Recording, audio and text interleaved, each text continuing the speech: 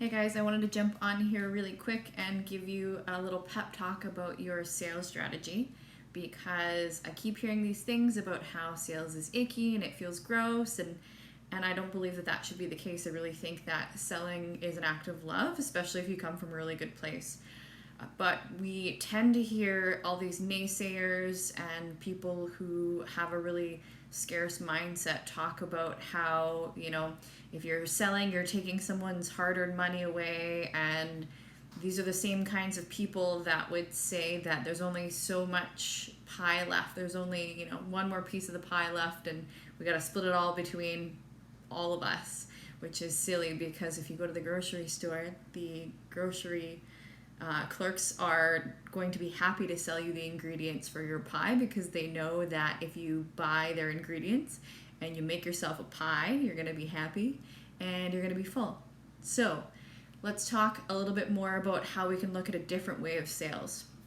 So I truly believe that if you have a product or service that could help people, and this could be anything. In my world, it's injury rehab, that kind of stuff, or the products that I carry.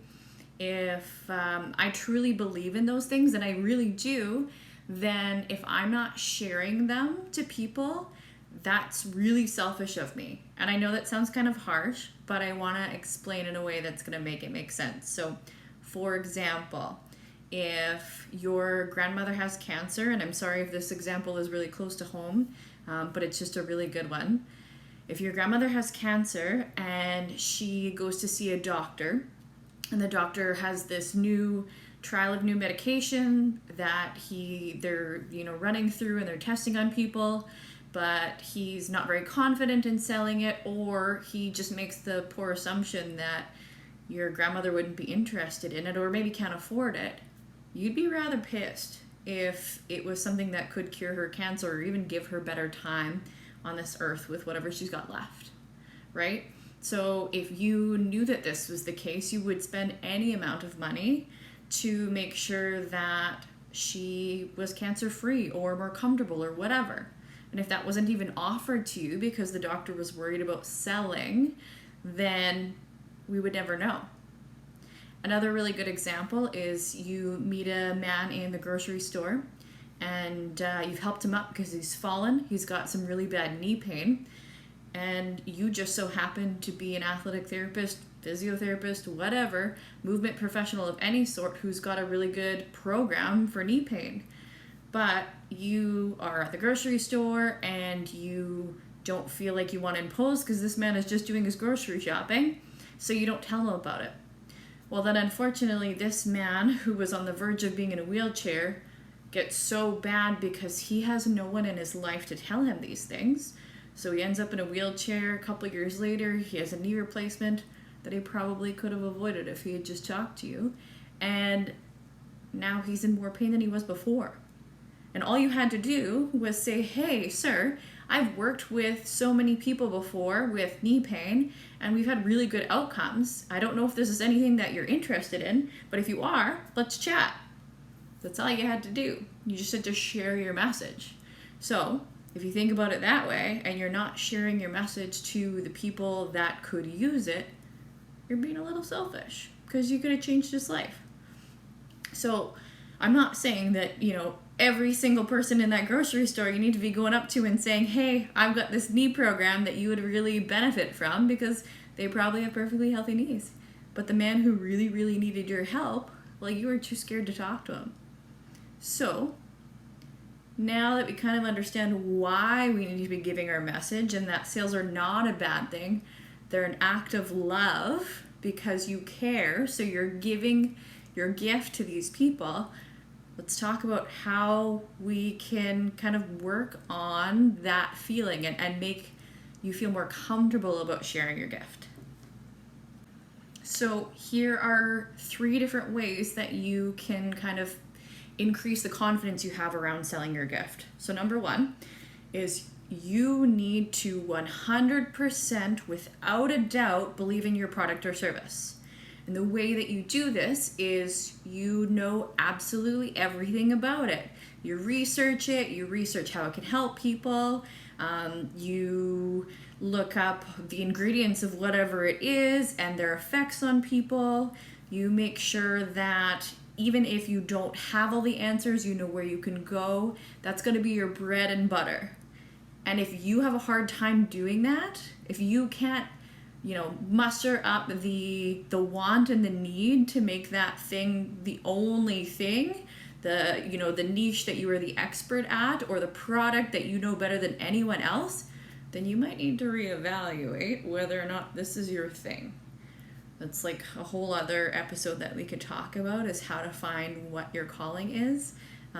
But if it is your calling, then you should be doing this anyway, right? So you're always reading articles and Googling or whatever, looking up the research, following accounts that do similar things, researching product, whatever it is. Make sure you know that thing inside and out so that you can speak about it with conviction. The second thing that's really, really powerful is if you can go and you can find testimonials from people you've helped before. This is also not like a sleazy, scary thing to ask. All you got to do is go, hey, Sally, I just wanted to check in and see how you're doing with X issue. And they'll go back, oh yeah, you know what, really great, I haven't had any problems. Or, man, I'm really, really loving this cream, product, oil, whatever you've given me. It's fantastic. So then what you would do is you'd follow up and go, awesome, Sally, I'm so glad to hear that you're feeling so good now. I really, really want to help other people. Would you mind if you took some time and wrote a little blurb about your experiences, because I want to get this out and encourage people to come and try it out so that they know that my service, product, whatever is really good. It helped you. I just want to help more people like you. There's nothing sleazy about that. You just helped someone, and now you're asking someone else to make it easier for you to give this knowledge, product, service, information, whatever out to the world, right? So go back to, everyone can think of like the last 5 people that they've helped. You can add this, increases to 10, but just aim for 5. Go think about the 5 people that you've helped over the last little bit and just check in on them, and then ask, hey, if you had such a good experience, can you help me spread this to other people? And then the last thing that is probably the most important thing that I could think of to help bolster your confidence with sales is to practice, but to practice on the right people.